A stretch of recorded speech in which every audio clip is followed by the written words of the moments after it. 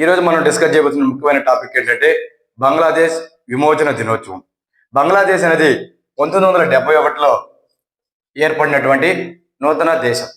అయితే ఈ బంగ్లాదేశ్ ఏర్పాటులో ప్రధాన పాత్ర పోషించింది భారతదేశం. బంగ్లాదేశ్ అనగా మనకి పాకిస్తాన్ గుర్తొస్తుంది. పాకిస్తాన్లో భాగంగా ఉన్నటువంటి ఈ బంగ్లాదేశ్ అనేది 1971లో కొత్త దేశంగా ఏర్పాటు చేసుకోవడం జరిగింది. అందుకే ఈ బంగ్లాదేశ్ విమోచన దినోత్సవాన్ని డిసెంబర్ 16న నిర్వహిస్తున్నారు. డిసెంబర్ 16న బంగ్లాదేశ్ ఆవిర్భావ దినోత్సవం జరుపుకుంటారు. దీన్నే విజయ్ దివాస్ అంటారు. విజయ్ దివాస్. బంగ్లాదేశ్ ఆవిర్భావ దినోత్సవం ఎప్పుడంటే డిసెంబర్ 16. ఆ రోజున మనం విజయ్ దివాస్ జరుపుకుంటాము.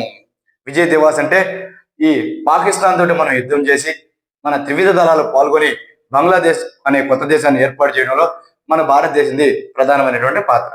అయితే బంగ్లాదేశ్ అనేది 1947లో ఏర్పడినటువంటి పాకిస్తాన్ లో భాగంగా ఉండేది.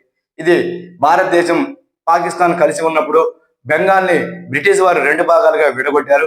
ముస్లింస్ అధికంగా ఉన్నటువంటి ఈ ప్రాంతాన్ని తూర్పు బెంగాల్ అని, ఆ హిందువులు అధికంగా ఉన్నటువంటి ప్రాంతాన్ని పశ్చిమ బెంగాల్ అని విడగొట్టడం జరిగింది. అయితే పాకిస్తాన్ విడిపోయినప్పుడు ఈ తూర్పు బెంగాల్ అనేది పాకిస్తాన్ పరిధిలోకి వెళ్ళిపోయింది. అంటే పాకిస్తాన్ అంటే పశ్చిమాన ఉన్నటువంటి ప్రాంతం, తూర్పున ఉన్నటువంటి బంగ్లాదేశ్ రెండు కలిసి పాకిస్తాన్ అనే కొత్త దేశం ఏర్పడింది 1947లో. అయితే బంగ్లాదేశ్ లో ఉన్నటువంటి ముస్లింల్లోనే తెగ ఏంటంటే సియా. అంటే ముస్లింలోనే ఒక తెగ సియా. అక్కడ ఉన్నటువంటి పాకిస్తాన్ లో ఉన్నటువంటి తెగ సున్నీ.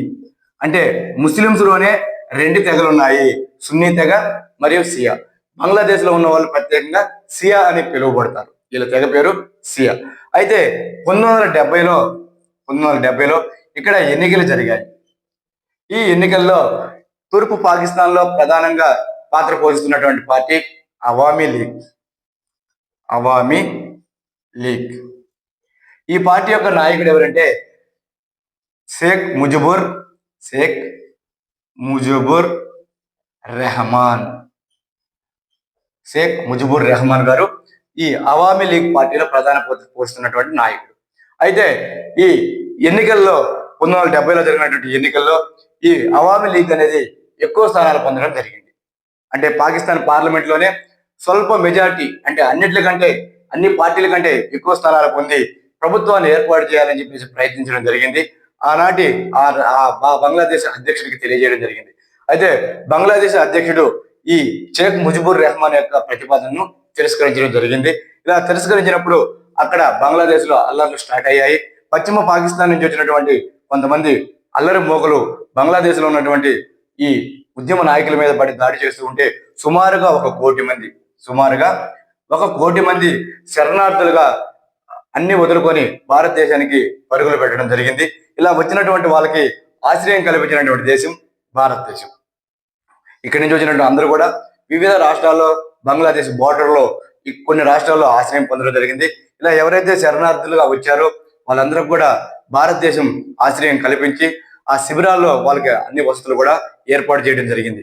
ఆ తర్వాత షేక్ ముజిబుర్ రెహమాన్ యొక్క ప్రతిపాదన మేరకు భారతదేశం పాకిస్తాన్ తోటి యుద్ధం చేయడం జరిగింది. ఈ యుద్ధంలో పాకిస్తాన్ ఓడిపోయిన వెంబటే ఈ బంగ్లాదేశ్ అనేది విమోచన జరగడం, ఈ బంగ్లాదేశ్ అనే కొత్త దేశం ఏర్పాటు చేయడం మనం చూడవచ్చు. ఆ తర్వాత జరిగినటువంటి పరిణామాల్లో సైనిక పాలన కొద్ది రోజులు కొనసాగింది. తర్వాత షేక్ ముజిబుర్ రెహమాన్ గారి కుమార్తె అయినటువంటి షేక్ హసీనా గారు ఈ మధ్య కాలంలో ఆమె కూడా పదవిని త్యజించడం జరిగింది.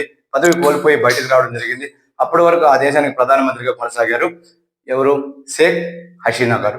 షేక్ హసీనా గారి నాన్న షేక్ ముజిబుర్ రెహమాన్, వాళ్ళ యొక్క పార్టీ పేరు అవామీ లీగ్. ఈ రోజున మనం విజయ్ దివాస్ జరుపుకుంటాం డిసెంబర్ 16న. ఇంకా తర్వాత పాకిస్తాన్ తోటి మనం చేసినటువంటి ఇంకొక యుద్ధం ఏంటంటే ఈ కార్గిల్ యుద్ధం 1999 కార్గిల్ వార్. ఈ కార్గిల్ వార్ అనేది బోర్డర్ విషయం మీద వచ్చినటువంటి యుద్ధం. కార్గిల్ వార్ అనేది ఎందుకు వచ్చిందంటే బోర్డర్ విషయం మీద వచ్చింది. 1971లో వచ్చినటువంటి యుద్ధం ఎందుకు వచ్చిందంటే ఈ బంగ్లాదేశ్ విమోచన కోసం వచ్చింది.